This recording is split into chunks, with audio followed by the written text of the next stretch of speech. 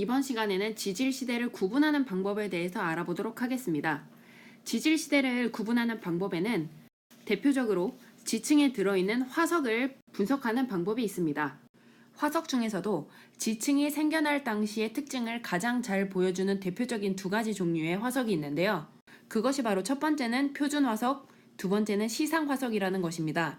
표준화석이란 그 생물이 그 특정 시기에만 살았기 때문에 그 생물이 포함되어 있는 그 층은 그 시기에 만들어졌을 거라고 알 수 있게끔 해주는 화석을 표준화석이라고 합니다. 그래서 표준화석이 되려면 대표적인 조건은 무조건 특정 시기에만 살아야 된다는 것이고요. 그런 특성 때문에 이 화석이 언제 생성됐는지 그리고 어떤 지층이 더 오래된 지층인지 알 수 있게끔 해줍니다.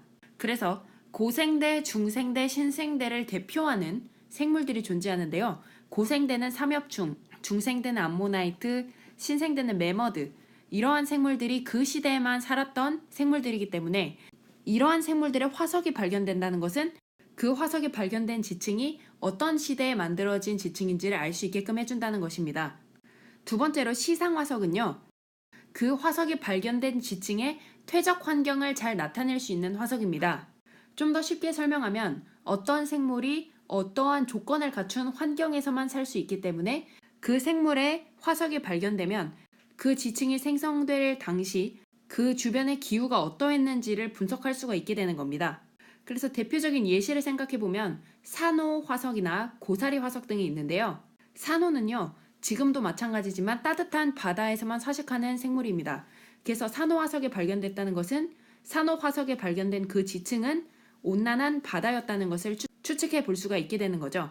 그리고 고사리는 온난 수뷸한 환경에서 자랄 수 있는 생물이기 때문에 고사리가 발견되었다는 것은 그 지층이 온난 수뷸한 땅이었다는 것을 우리가 추정해 볼 수가 있게 됩니다.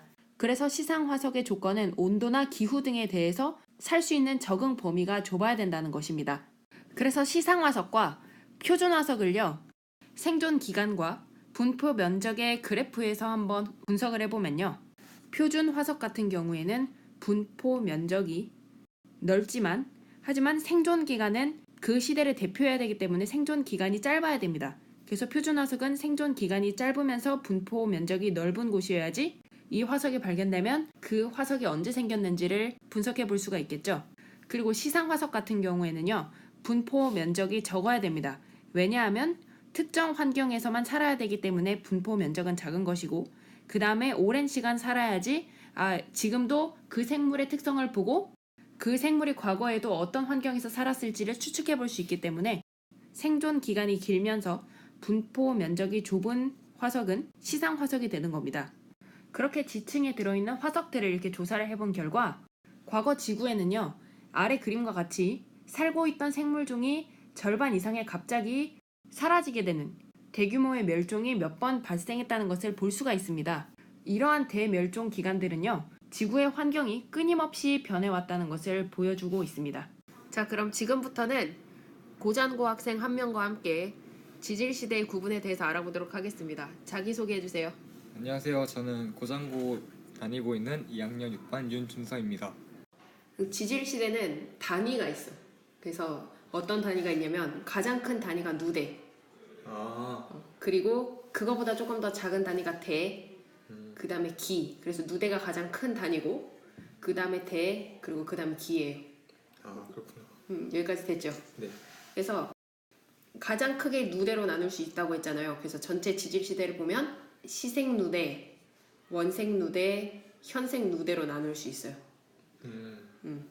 그래서 따라보세요. 시생누대, 시생누대, 그리고 원생누대, 원생누대, 현생누대 현생누대. 이렇게 나눌 수 있는데 시생누대랑 원생누대를 합쳐서 선캄브리아 시대라고 하는 거예요. 선캄브리아 시대. 선캄브리아 시대. 이 말이 중요해요. 알겠죠? 선캄브리아 시대고 그 다음에 이제 대를 해야지. 대는 고생대, 그 다음에 중생대, 신생대 이렇게 나뉘어요. 그렇구나. 네. 그래서 따라하면서 고생대, 고생대, 그 다음에 중생대, 중생대, 그 다음에 신생대 신생대. 이렇게 있고 그래서 현생누대에 속하는 게 고생대, 중생대, 신생대인 거예요. 현생누대가 가장 큰 범위인 거고 그리고 그거를 쪼개보면 고생대, 중생대, 신생대가 되는 거죠. 아, 그리고 이제 또 고생대를 또 쪼개볼 거예요. 오, 시기별로. 그래서 제일 처음에 캄브리아기. 내가 하나씩 말하면 따라하면 되겠죠. 네, 캄브리아기. 캄브리아기, 그 다음에 오르도비스기, 오르도비스기, 실루리아기, 실루리아기, 데본기, 데본기, 석탄기, 석탄기, 페른기. 페른기. 네, 이렇게 있거든요. 네. 그래서 이거를 외울 줄 알아야 돼요.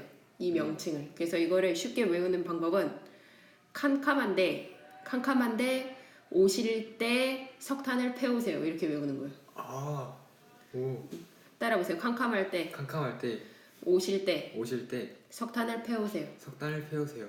그러면 캄캄할 때 뭐죠? 캄캄할 때, 오실 때 석탄을 패우세요. 좋아요. 그래서 캄은 뭐죠? 캄브리아기, 그리고 오는 오르도비스기, 실은 실루아기, 실루리아기. 실루리아기. 그 다음에 대는 데본기, 그리고 석은 석탄기, 그다음 패는 페른기. 이렇게 외우는 거예요. 네. 아까 알려준 멘트가 뭐라고요? 캄캄할 때, 오실 때 석탄을 패우세요. 좋아요. 그렇게 외우면은 쉽게 외울 수 있어요. 아, 네. 그 다음에 이제 중생대를 할 건데 중생대는 세 가지로 또 나뉠 수 있어요. 처음에 트라이아스기, 트라이아스기, 그 다음에 쥐라기, 쥐라기, 그 다음 백악기 백악기. 이렇게 하는데 쥐라기랑 백악기는 좀 공룡 얘기하면서 많이 들어봤죠. 네, 많이 들었어요. 얘네가 이제 공룡이 많이 나타나는 시대가 중생대여서 많이 들어본 거거든. 그래서 얘는 어떻게 외우냐면 트집 이렇게 외우는 거야. 아, 트집. 트집. 근데 백은 어떻게 해요? 그러니까 비읍 아, 트집. 트집. 그래서 트는 뭐라고? 트라이아스기, 그리고 쥐는 쥐라기, 그리고 비읍은 백악기. 그래서 트집 이렇게 외우면 쉽게 외울 수 있어요. 아, 그렇구나. 그렇게 외울 거고 그 다음에 신생대는 팔레오기, 네오기, 제사기 이렇게 있는데 중요한 명칭은 고생대랑 중생대랑 주로 이렇게 중요하고 얘네는 그냥 이런 명칭이 있다 정도만 외워놓으면 돼요. 사실 팔레오기랑 네오기는 제3기 얘가 제4기로 했었는데 이걸 나눴어. 그래서 팔레오기, 네오기, 제4기는 이제 신생대에 해당하는 것이다. 그러면 다시 한번 복습을 해보도록 할게요. 네. 처음에 지질시대 가장 큰 게 뭐라고 했죠? 큰 범위? 가장 큰 범위가 누대, 그리고 그 다음 범위? 그다음가 대, 그리고 가장 작은 게? 기. 네, 기라고 했죠. 그래서 지질시대 크게 세 가지 누대 뭐요? 일단 현생 누대, 그다음에 원생 누대, 시생 누대. 가장 오래된 게 시생 누대. 네, 시생 누대고 시생 누대랑 원생 누대랑 합쳐서 뭐라고 했죠? 그거를 선 캄브리아 시대라고 했죠. 네, 성캄브리아 시대라고 했고 그 다음에 대는 대는 이제 그 현생 누대에서 나누는 게 고생대, 중생대, 신생대로 나뉘. 네. 네. 그리고 아까 고생대 외우는 거 네. 뭐라고 했죠? 깜깜할 때, 오실 때 석탄을 패우세요. 그리고 중생대는 트집. 네. 좋습니다. 네. 잘했어요. 박수. 와. 오늘은 이렇게 영상 마무리하도록 하겠습니다.